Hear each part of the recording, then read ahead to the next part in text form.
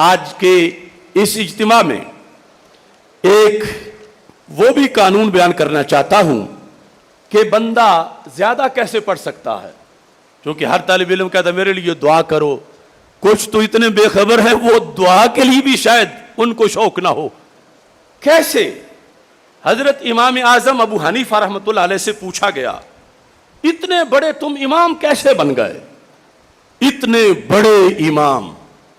تو آپ نے فرمایا انما ادرکت العلم بالحمد والشکر، فرمایا میں نے تو سارا علم بس دو لفظوں کے ذریعے حاصل کیا، ایک الحمد کے ذریعے، دوسرا شکر کے ذریعے۔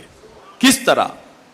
کہتے ہیں کلما فہمت، مجھے جب بھی کسی مسئلہ کی سمجھ آئی، جب بھی میں نے کچھ پڑھا، ووقفت، جب بھی مجھے واقفیت کسی مسئلے پر دی گئی، الا فقہ و حکمہ، مجھے فقہ کا کوئی مسئلہ یاد ہو گیا، میں نے مطالعہ کر لیا، یا شروع سے مثلا صرف و نحو میں مہارت حاصل کرتے ہوئے مجھے کچھ بھی علم حاصل جب ہوا تو فقلت الحمدللہ، تو میں نے اگر 2 لائنیں پڑھی تو میں نے اللہ کا شکر ادا کیا، میں نے الحمدللہ کہا۔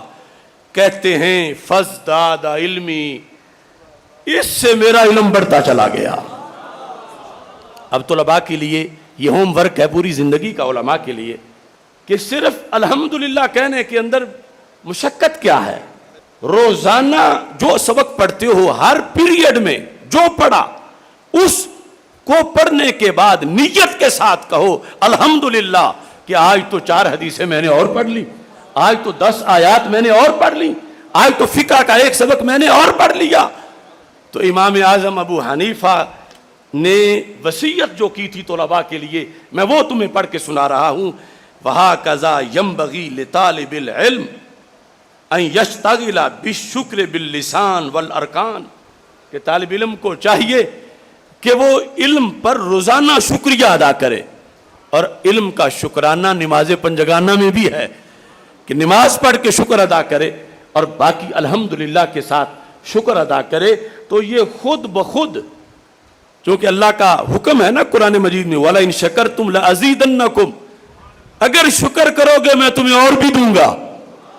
یہ اس قرآن میں ہے جو بدلتا نہیں، جو صرف صحابہ کے لیے نہیں، آج کے لیے بھی حکم ہے، جو قیامت تک کے لیے ہے، اور وہ ذات کہہ رہی ہے میں زیادہ دوں گی جس کے خزانوں میں کمی آ ہی نہیں سکتی۔ تو پھر ہم کیوں بھولے ہوئے ہیں؟ اللہ فرماتا ہے لَأَزِيدَنَّكُمْ لَإِن شَكَرْتُمْ لَأَزِيدَنَّكُمْ، اگر تم نے شکر کیا تو میں اور دوں گا۔ تو اضافہ تب ہوتا ہے جب پہلی چیز کو برقرار رکھا جائے بلا تشبیہ و تمثیل۔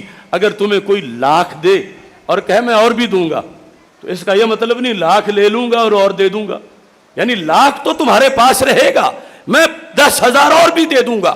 تو اللہ فرماتا ہے اگر شکر کرو گے پہلا بھولے گا نہیں، نیا عطا فرما دوں گا۔